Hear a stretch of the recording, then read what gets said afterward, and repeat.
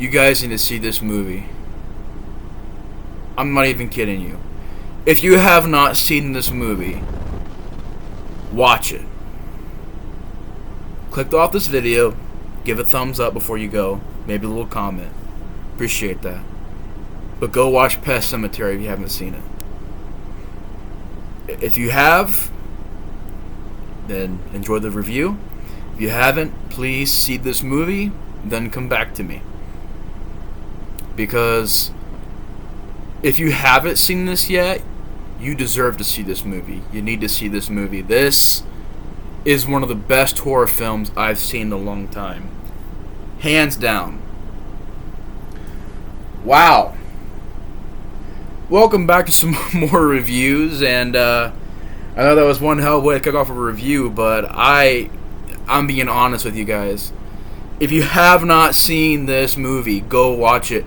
Don't watch the remake. Watch this movie. Pay attention to the release date, because the remake of her was crap. This movie, you need to see. Now, welcome back to some more reviews, guys. And today we're getting to another Stephen King movie. Reviewed Graveyard Shift last time. That's a great movie too. But this time we're going to be getting to a film that I had seen for the first time recently. This is a movie that I caught on TV a while ago, but never really watched all the way through. I caught it years ago on TV. Didn't really remember much from it. However, I did read the novel to this movie, so we'll get into that a little bit as well. But today we're getting to the film adaptation of Stephen King's Pet Sematary. Now, I know this has a Scream Factory Blu-ray. That's amazing. Maybe one day pick that up, but it deserves it. And luckily this DVD isn't bare bones. It isn't, dry with features. It's got a commentary, a couple makings of. Well, they're just featurettes, really. But you do have 4 featurettes, which are all 15 minutes long a piece. Didn't check them out yet, but pretty cool they have that. And this movie is amazing. I mean, going into it, I never really watched these movies before. I know there's a sequel. I know there's a remake. Will I get to them? Maybe someday, but not today. Maybe someday we'll get to the sequel and remake, but I've heard bad things about the sequel, and I've heard bad things about the remake, so one day we'll get to those. But this movie is amazing. Pet Sematary came out in 1989, gets a 6.6 on IMDb, and was written by Mary Lambert. Mary Lambert did an amazing job directing this movie. Hands down, amazing job from this director. She did great. This was an awesome movie.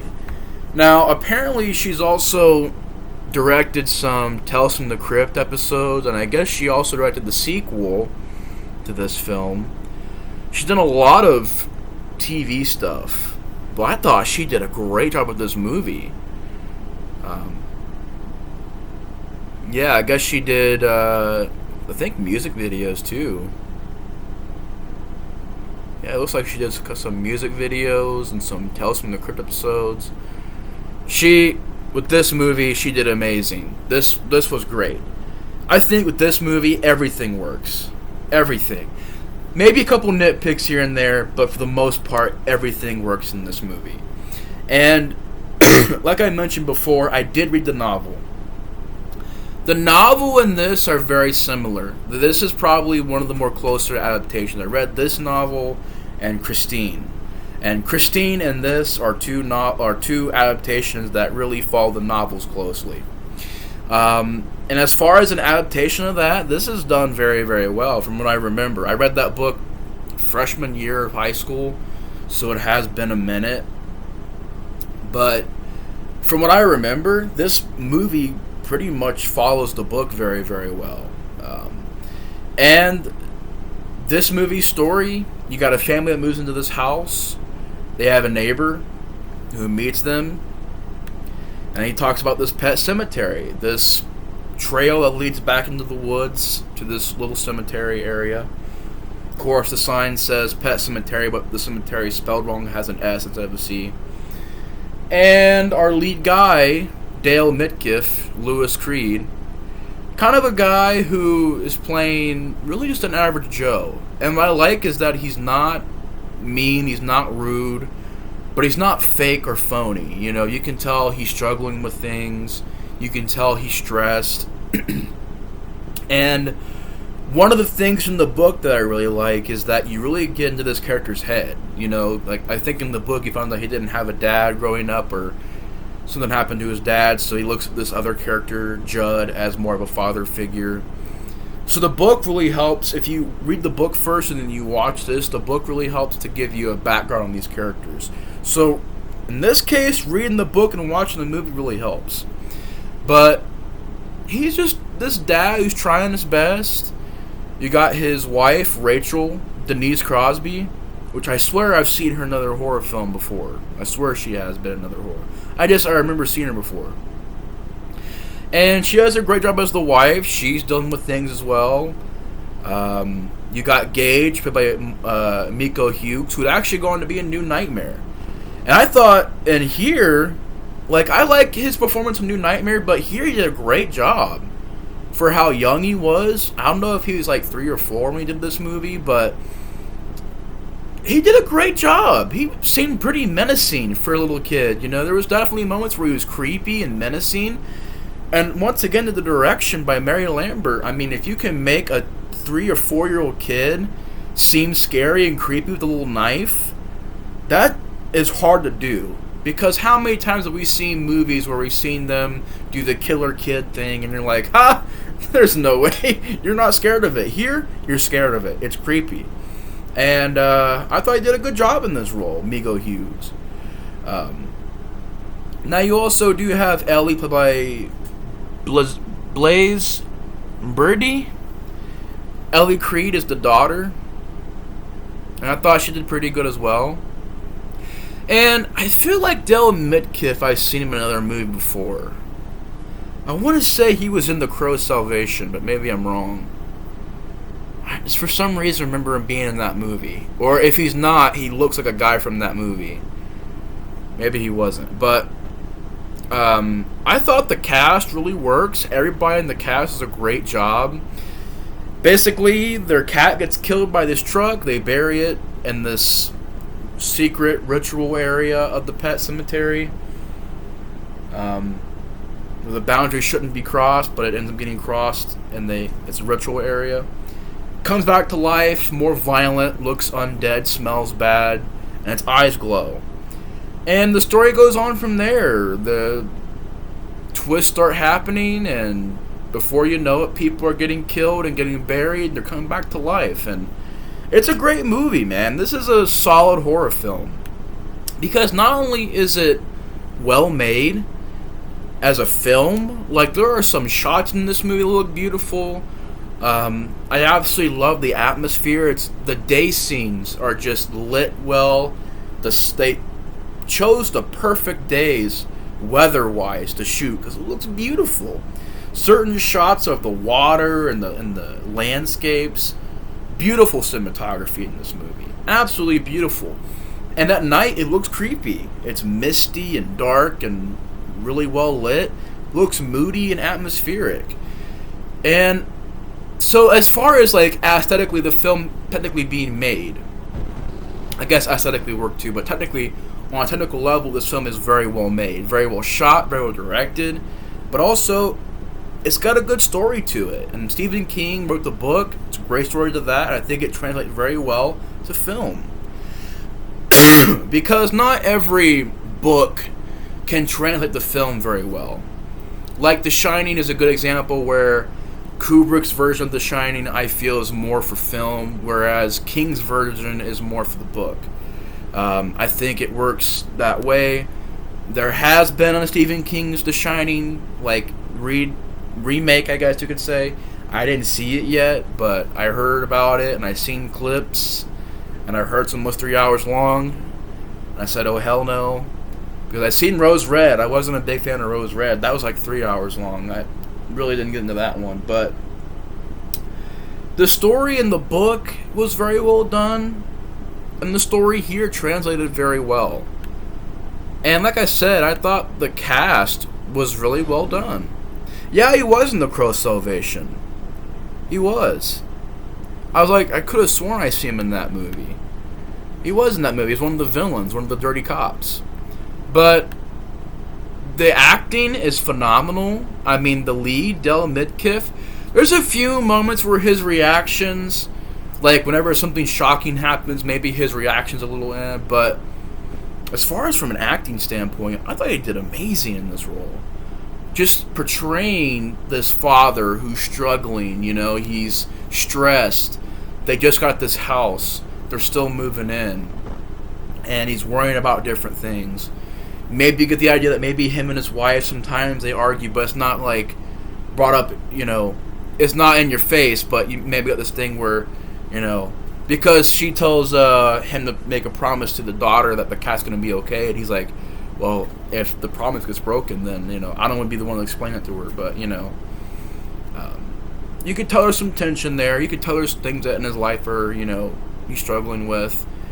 He's a normal average Joe. I like how he's a character who is struggling, but yet doing the best he can. And I like that. And I like how he's a good father. And there are just certain, you really like this family. You buy this as a realistic family. And, there are just certain scenes that'll make you smile. Just seeing the picnic scene with the kite, which leads to a really messed up scene. Or just them hanging around the house and talking, and it brings a smile to your face. It warms the heart. You believe they're a family. And a lot of horror films don't do that very well. You don't really believe they're this family. It doesn't do a good job at doing that. But this film really does that, tenfold. Just a great job at that aspect. But the theme song as well kind of reminded me of Children of the Corn meets Amityville Horror's theme song. You take those theme songs, you blend them together, it's what you got. But I still love this theme song. I still love the score. I love the poster of the movie. And the story is very well done. It's got a weight to it. There are certain scenes that are, when they hit you hard. Like when the scene happens, the infant, and this is a spoiler, so I already gave a spoiler alert before. If you haven't seen this movie, you need to see this movie. It's one of the best horror films I've seen in a long time. But the scene where the son gets hit by the truck is shocking. It made my jaw drop. I was sitting there just aghast. I was just like, because usually in horror films, they don't go to that route. They don't, whenever it does that build up, you're like, no, the kid's not going to get killed. He's not going to get hurt. He'll be okay. And when it does happen, it's just like, oh my God. And it's even more effective because you're seeing the photographs falling to the ground and different memories of when he was born. And it's just like, oh my God, it hit so hard, It was so emotional. It was an actual impact. And when you can build characters, and you can have acting, and you can have a story that really makes those moments, I gotta give this, and this gets a 6.6. To me, 6.6, a 6.6, personally, I disagree. This is one of the best examples of how you do character, story, and acting. Right here. When you're that emotionally invested, when you're actually feeling sorry for these people, and it becomes a very saddening story, I gotta commend a film for that. That moment, the aftermath where, Del Mitkiff's character is just shocked, and he's just going kind of crazy, and his stare, and he's got his whiskey, he's drinking heavily, and the wife is going through things, and he's just sitting there, and he's just in shock. And there's also another really emotional scene where it's the funeral, and they're there, and the father to the wife punches Del Midkiff's character in the face and says, you aren't worthy to be the father, and you don't deserve to be a parent, and you see Del Midkiff crying and it's hurting him. It's like, wow, that's such an effective scene. And when he gets punched, I literally was like, fuck that asshole. What the fuck is his problem? Why would he do that? You feel so bad for these characters. And to me, that's effective horror. When you can do psychological levels of horror and make the audience feel bad for the characters and like these characters, Like, I wanted to see. I didn't want to see these characters die. I wanted to see them. I wanted to see more of the movie and just them being okay because they're really likable characters. Even the Judd character was really likable, and the actor did a good job playing him, Fred Gwynn. And I thought he did a good job because if you read the book Pet Sematary, he has a very distinct accent in that book. It's like a slurred South accent. I don't know how to explain it. It's like in the book they do a good job of explaining his accent. And in the movie, he did it well, really well. It wasn't annoying. It didn't distract you. It wasn't irritating. It was done well, and it made the character likable. He was a likable character. This is how you do characters in a horror film. You flesh them out, you give them traits, and you make them likable. And I really thought that was nailed in this movie. That was very nailed in this movie. The ending is very suspenseful, where Gage gets dug up and put into the cemetery and comes back to life, begins murdering people. Meanwhile, you have this sort of good ghost. I like this aspect too, where you have this ghost of this guy who passed away. I think got hit by a truck, and he's this ghost trying to warn everybody about what's going on. I like how he can kind of affect reality, and he literally goes on the plane ride with her, the wife, back to the house, and it's such a creative idea. And how he can mess with people's minds and stuff like that, and he helps out people. I like that idea. But the ending was suspenseful. It was well done. The kid is killing people, kills Judd, kills the wife, is gonna kill Del Midkiff's character, but when Del Midkiff's character has to, I think he ends up, has the shot. I don't know if it's like poison. I think maybe poison.